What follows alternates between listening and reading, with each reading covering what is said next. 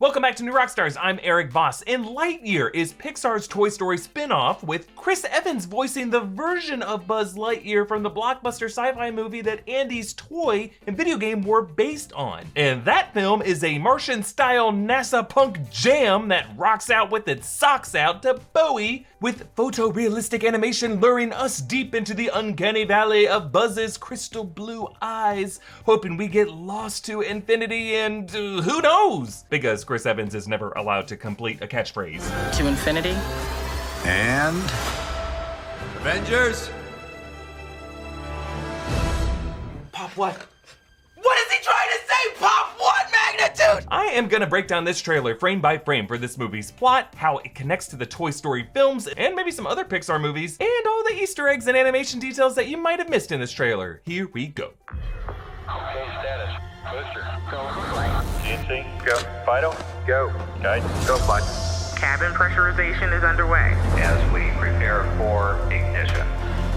Okay, the trailer opens on a Star Command base that looks like it's on a dusty planet surface with craters in the foreground. We know this planet has an Earth-like atmosphere because characters can breathe the air. Now, this movie's director, Angus MacLean, asked, what was the movie that Andy saw when we made Toy Story? Why don't we just make that movie? So this movie is the blockbuster film that the Buzz Lightyear toys and video games and other products would be based upon. And it's an epic in the vein of Star Wars, which Toy Story 2 definitely referenced, with Zurg being Buzz Lightyear's father.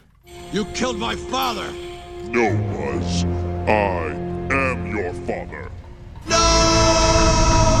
But here, a close-up shows Buzz's dog tag, listing a scannable barcode and his blood type as O positive, making him a universal donor. And in the hangar bay are a bunch of robots, lifters, kind of in the style of the robots of WALL-E. Actually, I am wondering if this could be part of Operation Recolonize, which was the reason the Axiom and the other ships evacuated humanity from Earth in the WALL-E film. Because at B&L, space is the final frontier.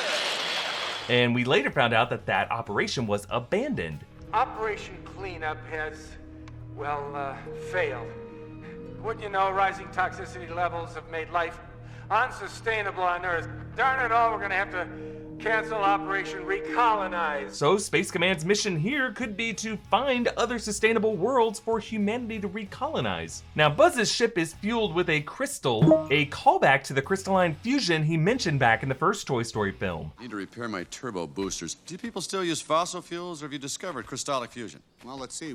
We got double A's. Moving on with the rest of the trailer. Are on. T-minus 5, 4, 3, 2, 1, 0.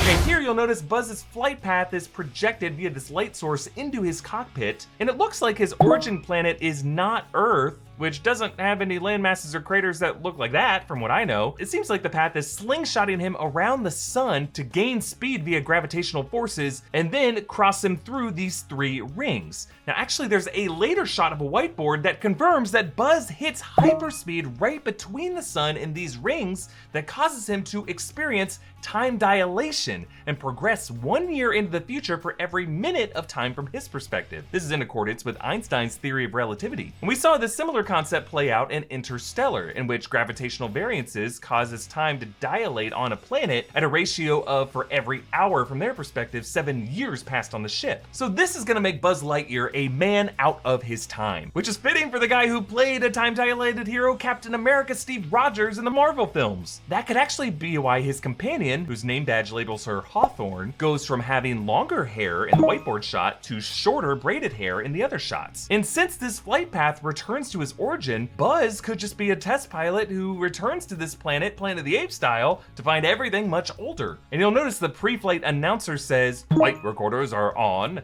suggesting that this mission control will have a record of how time will pass from Buzz's perspective inside the cockpit, recalling that recording in the pod in one of my favorite movies, Contact, that I bring up all the time, which in that movie later proved to be a major piece of evidence that gets buried, showing Jodie Foster's character did make her time-dilated journey, with the flight recording 18 hours of static, despite, from Earth's perspective, it occurring instantaneously. Hawthorne watches on from mission control and notice she has a scar through her eyebrow. That could be something that she received during that time-dilated period between Buzz's departure and his return. Next clip.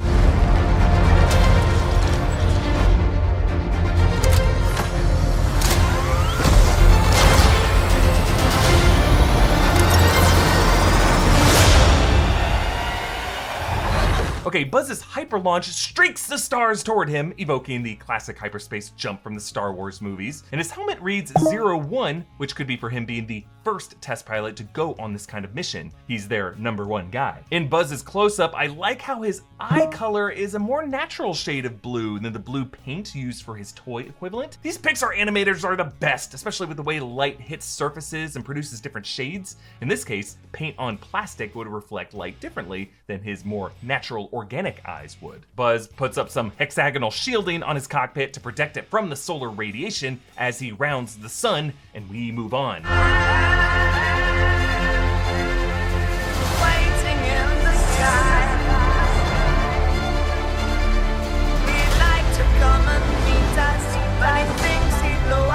Okay, we now find Buzz inside his living quarters, maybe reflecting on how his world has changed during his time dilation, and then this adorable robotic cat walks up to him. Its tag later on lists its name as Sox, S-O-X, and his shirt reads Property of Star Command with a numerical code beneath. Just a bit of a joke with Buzz, considering himself a government instrument with a serial number, the way toys have serial numbers, but also the way Buzz feels like he is being used like a piece of property. But this video is brought to you by the Ridge. The Ridge wallet is light, sleek, and industrial. It's designed to fit in your front pocket, unlike those bulky monstrosities that make us sit crooked when they're in our back pockets. The Ridge comes in over 30 styles and colors, including carbon fiber and burnt titanium. It holds up to 12 cards and still has room for cash, so you can show off your fancy Euro collection to cashiers and other people who probably don't care. Every Ridge wallet comes with a lifetime guarantee, and they'll let you test drive it for 45 days and send it back for a full refund if you don't love it. They also have great backpacks, phone cases, and other cool gear. So get 10% off today with free worldwide shipping and returns by going to ridge.com/newrockstars. That's ridge.com/newrockstars and use code newrockstars. Find the link in the video's description. Now, throughout the trailer is David Bowie's Starman, a song used also in the Martian soundtrack. Bowie's lyrics describe a lonely space traveler, his Ziggy Stardust persona, coming to a new planet to mount a cultural revolution, which does echo the isolation of this Starman, Buzz Lightyear. But my favorite thing about the song is Bowie's composition of the chorus, that octave leap on Starman.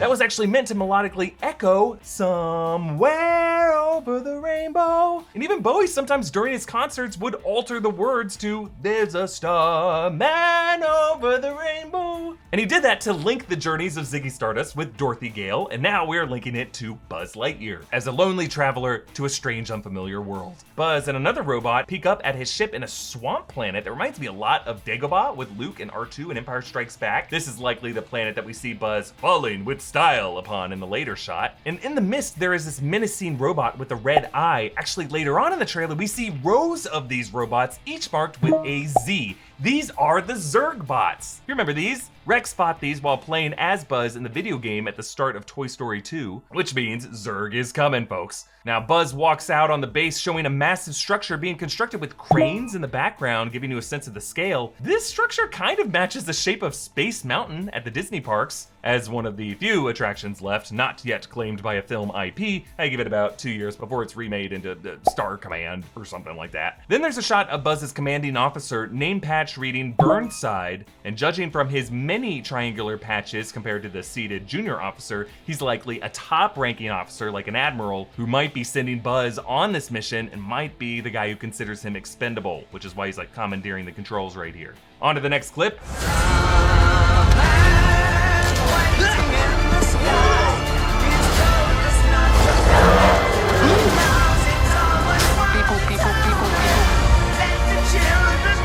Okay, we see the moment Buzz first meets Sox the Robocat, which freaks him out into this karate pose, reminding us of the Buzz Lightyear toy's karate chop function. The robot also comes with a mouse toy, of course, and then when he drops Sox, this robot, as all cats do, lands on its feet. Then we see Buzz getting attacked by a green tentacle that Hawthorne slashes with a laser blade, and then Sox the Robocat plugs his tail into an outlet in the ship as it scans a computer, similar to the way R2-D2 uses a scomp link in Star Wars. Then security bursts into Buzz's room, 27A, armed with laser guns that have the fixated unfiring pointer, similar to the laser that Buzz has on his toy arm. I'm guessing from this Buzz will run afoul of Star Command's true mission and have to go rogue at some point, but then we move on to the final clip. the children use it. Let all the children boogie. To infinity?